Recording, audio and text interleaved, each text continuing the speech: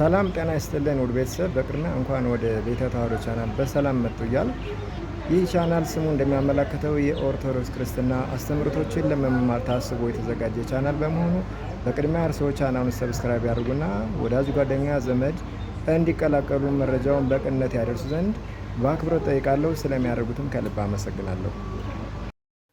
ሰላም ጤና ይስጥልን ውድ የተዋህዶ ቤተሰቦች እንደምን አላችሁ? እንደምን ሰነበታችሁ? ውድ ቤተሰብ ከአሁን በፊት ስለ አምስቱ አዕማደ ምስጢራት ከመግቢያ ጀምሮ የተመማርነ ወይም ሀሳብ የተለዋወጥነ ሲሆን በዛሬው ዕለት ደግሞ የትምህርታችን ሁለተኛ ምዕራፍ የሆነውን መጽሐፈ ስነ ፍጥረት መነሻና መግቢያ የምናይ ወይም የምንመማር ይሆናል። ከዛ በፊት ግን እንደተለመደው እስካሁን ስንማራቸው ወይም ስንነጋገርባቸው የቆዩትን አምስቱ አዕማደ ምስጢራት ምንነት ባጭሩ እናስታውሳለን።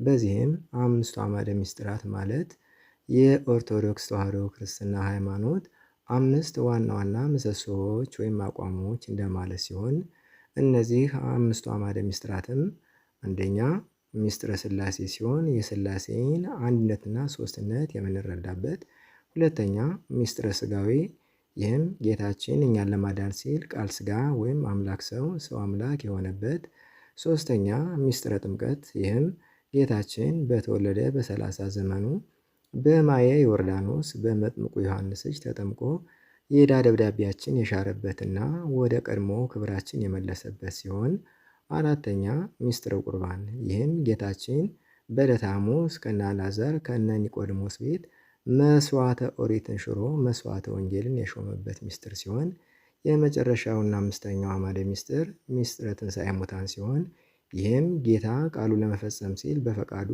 በፍጥረቱ በምዕልተ መስቀል ተሰቅሎ 3 መዓልት 3 ሌሊት ከርሰ መቃብር ከዋለ ካደረ በኋላ በሦስተኛው ቀን መቃብር ክፈቱልኝ መግነዝ ፍቱልኝ ሳይል በኃይል በስልጣኑ ሞትን ድል አድርጎ የተነሳበትን ምስጢር እሱ በፈቀደልን ልክ በዝርዝር የተመማርነ ወይም ያየን ሲሆን፣ ዛሬ ደግሞ ስለ መጽሐፈ ስነ ፍጥረት ምንነት በመግቢያ ወይም በመቅድም ደረጃ መመማር እንጀምራለን።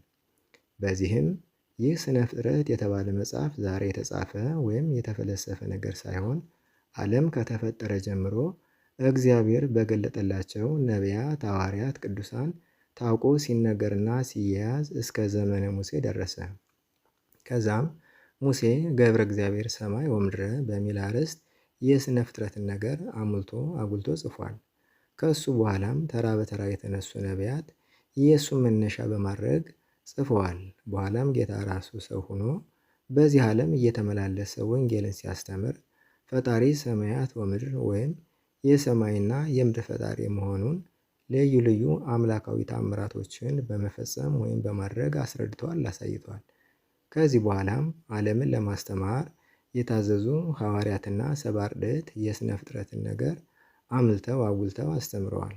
ከዛ በመቀጠልም በየጊዜው የተነሱ ሊቃውንትም ስነ ፍጥረትን በሰፊው አስረድተዋል። በዘመነ ኦሪትም ሆነ በዘመነ ወንጌል የተነሱ ፈላስፎች ይህንን የነቢያት መጽሐፍ አጸደቁ እንጂ አላስተባበሉም።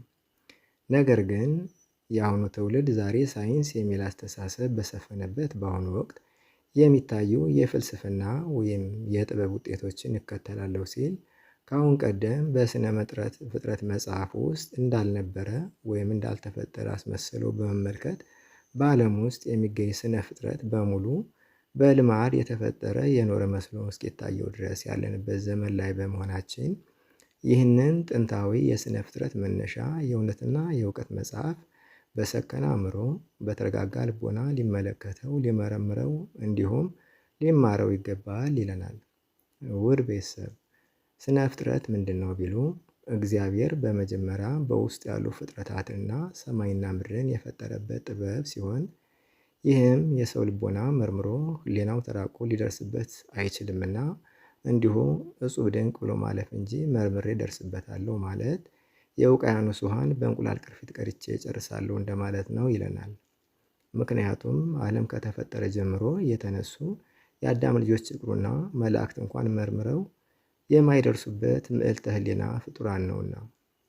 ነገር ግን ይህስ እውቀት ይህስ እውነት እዚህ ድረስና በዚህ ደረጃ እንዴት ሊታወቅ ቻለ ቢሉ ዓለም ከተፈጠረ ጀምሮ የተነሱ ነቢያት፣ ሐዋርያትና ጠበብት ፈላስፎች ሁሉ እግዚአብሔር አምላክ በፈቀደላቸውና በገለጠላቸው መጠን በከፊል የጻፉትን እንዲሁም የተናገሩትን ያስተማሩትን መነሻ በማድረግ ነው። ውድ የተዋህዶ ቤተሰቦች እዚህ ጋር ሊቃውንት፣ ካህናት፣ ቅዱስ መጻሕፍታት ልብ እንድንል የሚያሳስቡን አንድ ጭብጥ አለ። እሱም የአሁን ጊዜ ፈላስፎች ወይም ጠበብቶች ይህንን መነሻ ወይም መሰረት በማድረግ ከአሁን በፊት ያልታዩ ያልተጨበጡ አዳዲስ ብልሃቶችን ፈልስፈዋል። በመሆኑም በስራ ላይ ያለውን በስራ ላይ አዋሉት እንላለን እንጂ ከስነ ፍጥረት ወጡ ማለት አይደለም። በዚህም የዛሬዎቹ ጠቢባን በአየር በመርከብ ቢንሳፈፉ የቀድሞ ቅዱሳን ጠበብቶች በተሻለ ብቃት በሰማይ ይበሩ ነበርና የአሁኑ ጥበብ መነሻውም መዳረሻውም ራሱ ስነ ፍጥረት መሆኑን ልብ ማለት ይገባናል።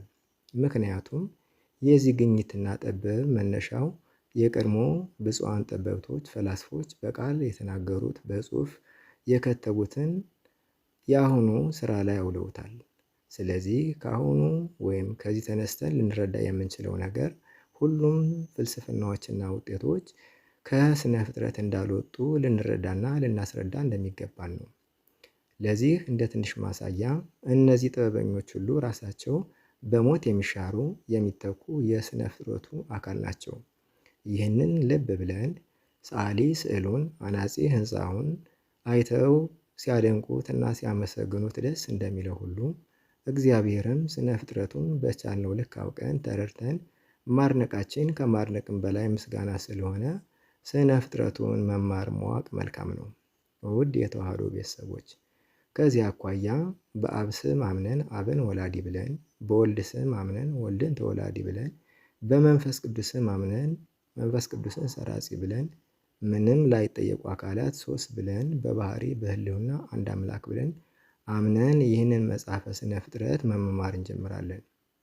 ስለዚህ ስነ ፍጥረት ምንድን ነው ቢሉ እግዚአብሔር ዓለምን ሳይፈጥር እንደዛሬው አንድነቱን ሶስትነቱ ሳይጠቀልለው ሶስትነቱንም አንድነቱ ሳይለያየው በአንድነት በሶስትነት ሲሰለስ ሲቀደስ እየኖረ ዓለምን ልፍጠር ብሎ አሰበ።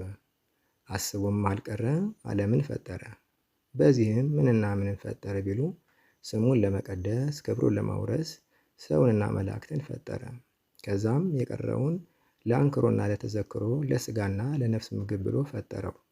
ሲፈጥርም እግዚአብሔር የጎደለበት ነገር ኑሮ ይሞላልኛል ጥቅም አገኝ ብሎ ሳይሆን ይቅርታዬን ክብሬን የሰጣቸው ዘንድ ብሎ መፍጠር ጀመረ። በዚህም ከእሑድ አንስቶ እስከ ዓርብ ፍጥረቱን በሙሉ የፈጠረ ሲሆን የፍጥረቱንም ቁጥር በሰዎች አቅም አንድ እያለ ሊቆጠር ሊጻፍ ስለማይችል ብዙውን አንድ በሚል ቁጥር አብዝቶ ከእሑድ ጀምሮ መፍጠር ጀመረ።